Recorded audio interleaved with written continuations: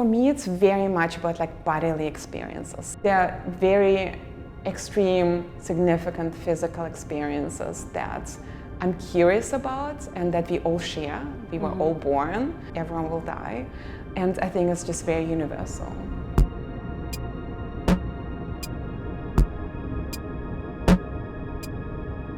Hi, I'm Parker Daley Garcia. I'm an art historian and curator, and today I am in the East Village at Svetlana Bailey's studio, and we are filming for Topical Cream's RX Studio series. Yeah, thank you, Parker. Welcome to my space. So let's just kind of start by discussing your work. I mean, you're a photographer. Is there anything else you want people to know about your work and how you create? I certainly come from a photographic background. I use analog cameras, I use a large format, old German 4x5 camera. There's a lot of setting up and preparation involved, but the actual photograph is really just like 1 or 2 shots in the end.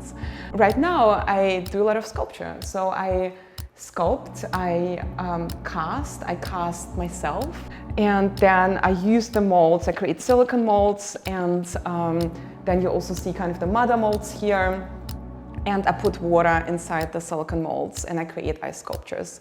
So I have this human-size freezer in my studio, and a lot of like body parts in there, and heads and torsos and bellies. What a statement.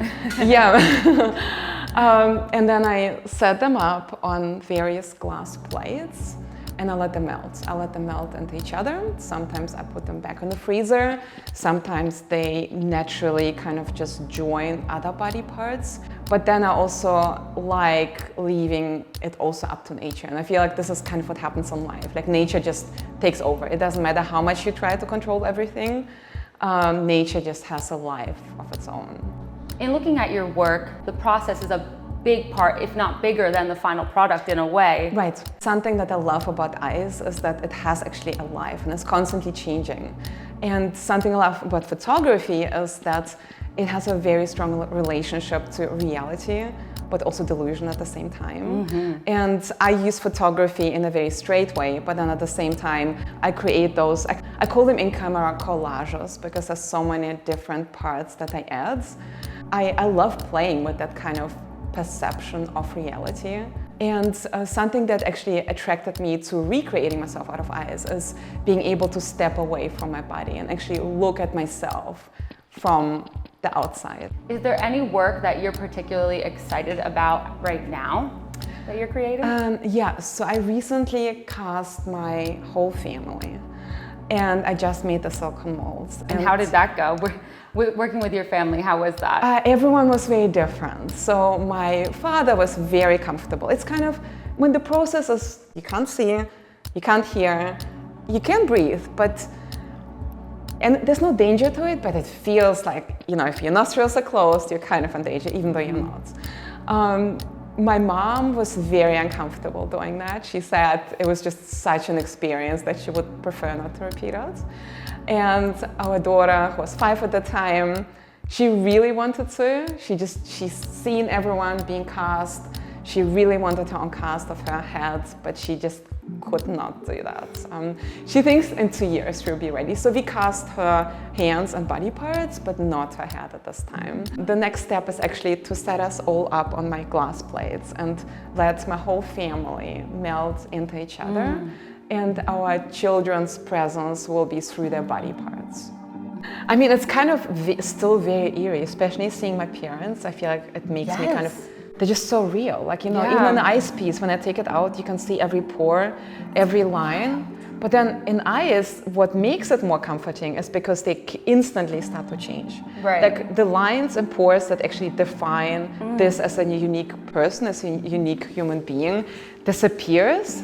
And then the human just becomes, the sculpture just becomes like a stand-in for a human being. So when I first saw this, I thought that it was salt, like decaying, like having a reaction to the water, and therefore the salt on it was dissolving. That's what it looks like, but it's actually just frost, like from ice melting. Right. Yes, so when it freezes and I take it out, it defrosts, and I do it several times, and pieces sort of break off, and it gets this sort of quality that it's sort of like a body decaying. Yeah, I think this, because it almost represents like a brain, or looks like a brain, like the way that it's. Yes. That's actually me. That's just one piece of me that has been used many times. It's kind of melted many times, and then you can kind of see how the head is starting to separate. It's kind of becoming two pieces, and things are really disintegrating. And it looks less like me because like all my pores disappeared, all my lines disappeared, and it becomes sort of more like a stand-in for a human being, for a human shape.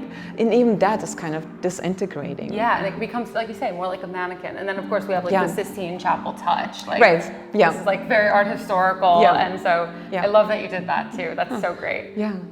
Is there anything art related or just functional that you cannot create without? Like, is it a song? Is it something in your studio? Is it like your coffee in the beginning of your day? Is there anything that just you need to start creating work?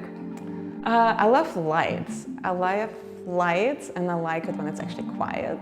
I like my life being very basic and not having to depend on anything.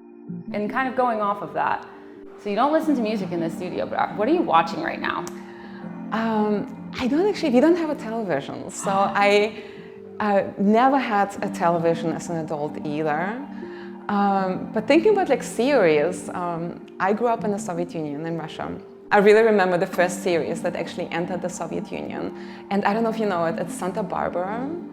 That must have been in the early 90s. And it was a series from the United States. It must have been California.